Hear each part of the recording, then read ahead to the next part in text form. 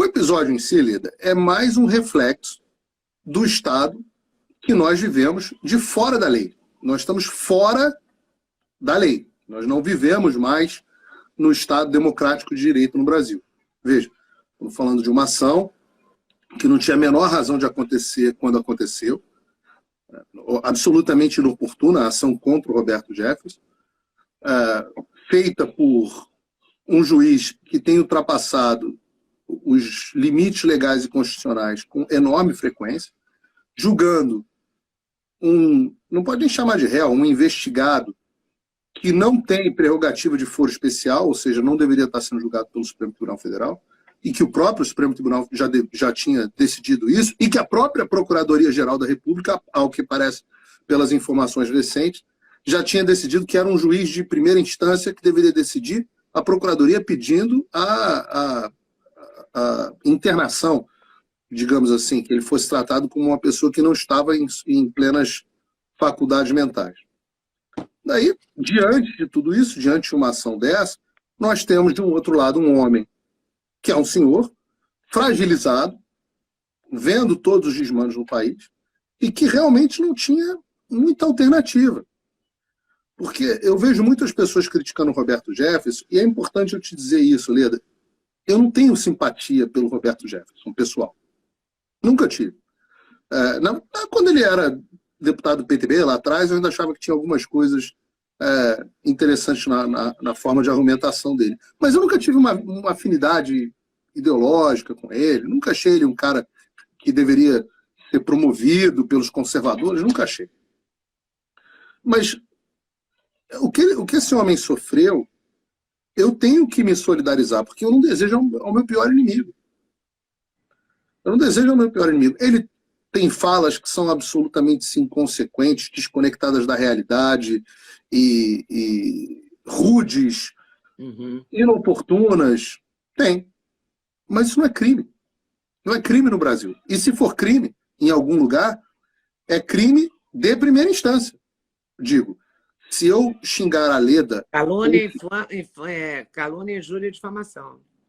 É isso, todos nós. Eu já fui processado por calúnia, injúria e difamação. Na verdade, nunca fui, não, mas já processei algumas pessoas por calúnia, injúria e difamação. Nunca tive um amigo no STF que pudesse mandar a pessoa presa, porque é crime de pequeno potencial ofensivo, então não pode dar cadeia. Então, esse homem que sofre todos os abusos não tinha mais a quem recorrer. Porque as pessoas que criticam as ações do Roberto Jefferson, eu falo assim, tá bom, o que era o certo dele fazer? O certo era se entregar. Eu falo, mas você não considera que a ordem é ilegal? Considero. Então, por que você acha que você deve obedecer uma ordem ilegal? Por que você deve se curvar a um ato tirânico? Repare, a prisão dele ia ser, ele não ia ter a quem recorrer. O Alexandre de Moraes inaugurou um novo capítulo no direito brasileiro, onde o preso, que não é réu, o preso não tem sequer direito a advogado e familiares. É inacreditável isso. Meu Deus, Leda, olha, só o Xi Jinping, só na China, nem na Venezuela. Então ele ia ser preso sem ter a quem recorrer, sem acesso a advogados e familiares e sem poder falar. Eu não sei se as pessoas sabem disso, porque eu não vi isso na imprensa, mas uma informação aqui, talvez de bastidores, as redes sociais, Instagram, Twitter, YouTube, Getter, todas as redes sociais receberam no sábado à noite uma ordem de remoção da conta da Cristiane Brasil, filha do Roberto Jefferson, em 2 horas, sábado à noite, sob multa diária de R$100 mil. Ou seja, quem é que recebe? Qual é a empresa que tem alguém no escritório às 6 horas da tarde de um sábado para analisar um pedido judicial para ver se ele tem cabimento? E no final das contas, ele nem sequer direito à entrevista daria. Eu pergunto para as pessoas o que ele poderia fazer, o que o Roberto Jefferson poderia fazer nessa situação. Independente e agravado pelo estado mental dele e a fragilidade do estado emocional, o que ele poderia fazer nessa situação? Eu não sei. Eu pergunto sempre para todo mundo, o que é uma boa? O que você faria? A pessoa fala, eu não atiraria, eu me renderia. Eu falo, é uma opção. Algumas pessoas preferem viver de joelhos, outras pessoas preferem morrer de pé. Eu estou no time das pessoas que preferem morrer de pé. E eu acho que a visão do Roberto Jefferson naquele momento, Leda, era de que ele não tinha alternativa. Ele não tinha outra alternativa. E aí, a imprensa constrói algumas mentiras. Primeiro, de que ele teria atacado granadas nos agentes da Polícia Federal. Granadas, faltou complementar, de efeito moral. Granadas não letais. Do mesmo tipo que a polícia usa. Do mesmo tipo que a polícia usa na gente todos os dias. Do mesmo tipo que a polícia usa em manifestantes. É porque eu fiquei o tempo todo pensando nisso. Como é que ele tem uma granada em casa? Eu não sei nem como ele tinha uma granada de efeito moral. Se fosse uma granada... Uma granada mesmo. Ele teria matado todos os policiais. Tacou uma granada de efeito... Tacou 3 granadas de efeito moral nos carros. Para assustar, é claro. Efeito moral. Tem uma gravação em que ele conversa com um policial, o cara tá cheio de coisa na cintura, né?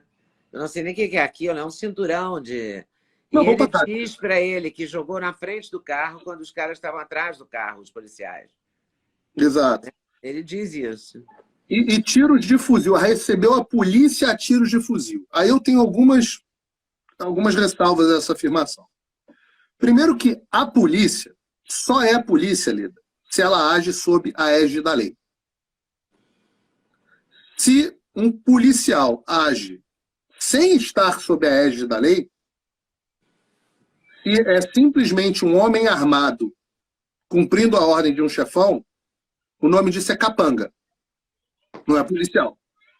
Policial precisa representar o Estado democrático. Ah, mas ele estava cumprindo ordem. Eu falo, todas as ditaduras do mundo são feitas através de homens cumprindo ordens. Na Venezuela, os policiais também estão cumprindo ordem. E se você perguntar, a população tem mais medo da polícia do que de bandido. Na Venezuela, basta ver o documentário Acolhidos, que está, inclusive, no meu canal no YouTube. Se você for perguntar na China comunista, também tem policiais cumprindo ordem. Não é o Xi Jinping que vai lá e bota uma arma na cabeça do cara e fala, se você não cumprir, é um policial cumprindo ordens. E o mundo, desde o julgamento de Nuremberg, o mundo já decidiu que a doutrina do seguindo ordens, doutrina do direito, o mundo já decidiu que seguir ordens não é justificativa para opressão. Se você segue ordens de opressão e violação de direitos humanos, você é tão culpado quanto o autor das ordens. Caramba. Tão culpado quanto o autor das ordens. Então, eu não reconheço os agentes que estavam lá como agentes policiais. Eu não reconheço. Eu, Paulo, não reconheço.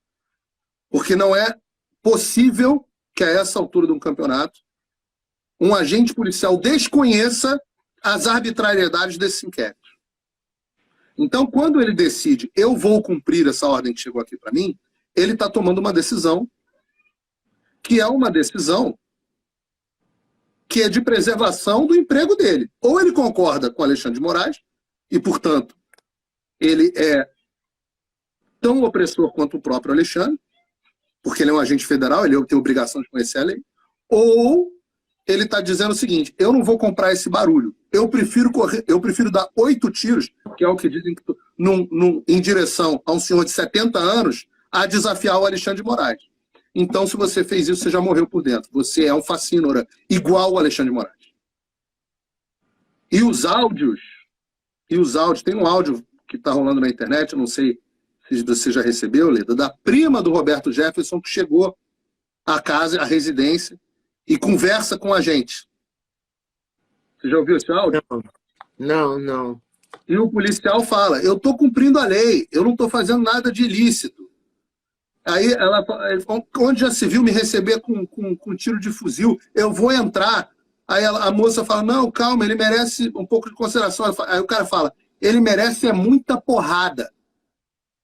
Que o policial, um agente federal, considera que um senhor de 70 anos merece muita porrada.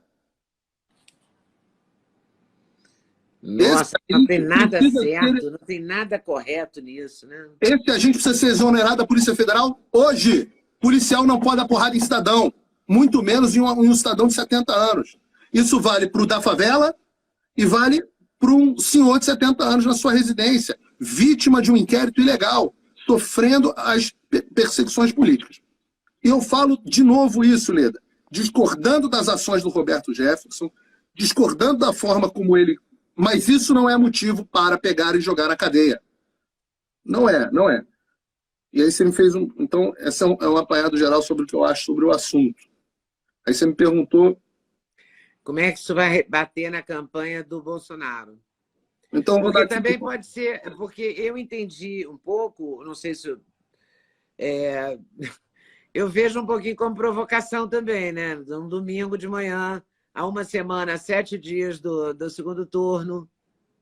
É claro que foi provocado. Você bota a polícia na porta do Roberto Jefferson, sabendo quem é o Roberto Jefferson, que ele é uma pessoa que perde a paciência, não é? Tanto é que grava um vídeo que está acuado, que é uma pessoa que está com problemas emocionais e físicos, que não, você manda a polícia lá de manhã, num domingo.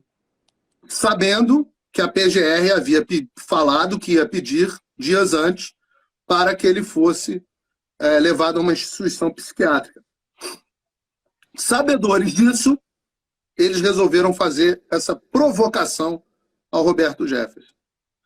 E é claro que foi premeditado, porque há um agente hoje que está influenciando o processo eleitoral de acordo com os seus desejos. E é um agente poderoso. Quem estiver vendo a live, que infira quem é, porque eu não posso mais falar. Uhum. Tire as suas próprias conclusões quem estiver assistindo. Eu não quero derrubar o seu canal, nem o meu. Eu não quero... preso aqui nos Estados Unidos eu não vou, mas eu não quero ficar tendo que responder encheção de saco, eu tenho mais o que fazer. Então, agora, eu posso te falar o seguinte, eu fiquei preocupado porque eu entendo o argumento de muitos eleitores que dizem assim, puta, isso era hora de fazer isso? Tanto do Roberto Jefferson, de mandar aquela mensagem.